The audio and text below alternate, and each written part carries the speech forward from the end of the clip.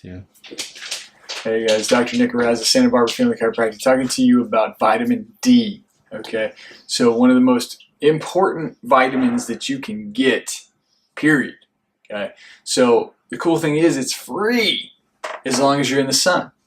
Okay, so the challenge is that we work inside, right?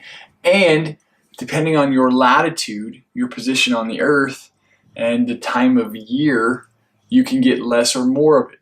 So it's been a while since I've looked at this, but I believe anything under like San Francisco in terms of latitude in the winter time, you're not anything above that. You're not getting any vitamin D. It doesn't matter if you're in the sun or not.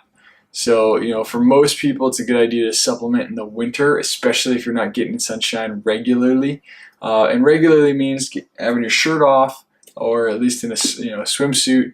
For like 20 to 30 minutes, 2 or 3 times a week. If you're Caucasian, if you're African or darker skinned, that pigment blocks UV rays. It blocks your ability to make vitamin D. So then you got to be out there even longer, more like an hour, hour and a half, a couple times a week. Same scenario. So you can make it for free. Just got to make sure you're getting the sunshine on you during the hours of 10 and 2. Kind of ironically, if you don't have vitamin D from the sun, you have more cancer, right? So you need sunshine to avoid cancer.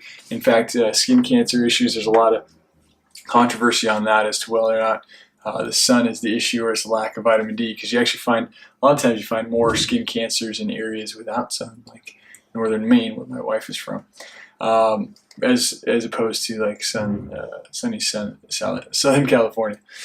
So exercise, all these other things play into it too in terms of reduction of skin cancer, but there's a different note. Vitamin D is crucial for your immune function. Okay, it fights cancer, does all kinds of things, but it also helps with colds and flus. There's been research to show that it reduces your likelihood of colds and flus. If you think about it, when is the cold and flu season? It corresponds when there's not as much sun or not as strong of sun out there. That's another coincidence / not, right? So in the wintertime, it's a good idea to supplement. How much should you take? Someone like myself needs to take somewhere around 3,000 to 5,000 IUs,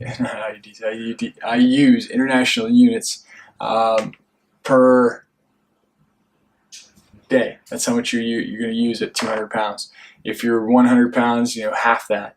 So like some of these recommendations of taking 1,000 IUs are really not enough. It's better to have a little bit more. So 2,000, 3,000, 4,000, even 5,000 if you're a couple hundred pounds or more. Thing is, you don't need to. It's another thing that you don't need to be super consistent with. You need to take it most of the time, but not all the time. It's something that your body can store up. It's a good idea to get this tested. Blood tests show what your vitamin D levels are really easily, and it's really easy to change it. If you're fighting off something, if you get sick, what I do is I'll take up to 30 or 50,000 IUs for a couple of days. My body weight, again, 200 pounds.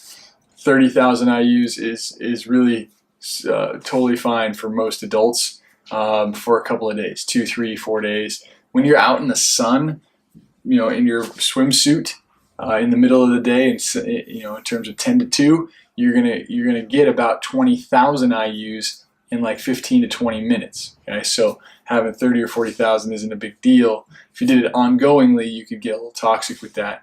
There'd be repercussions, but not for 2 or 3 days. And it will help boost your immune function. So that's something that you should do. It's also D3 is what you want to look for. It's really quite inexpensive. I'm a big fan of nature and doing it the natural way. So if you get sun, do that. If you can't get sun, supplement. That's what a supplement's for, is when you can't do it right. Okay, that's it. Vitamin D, do it.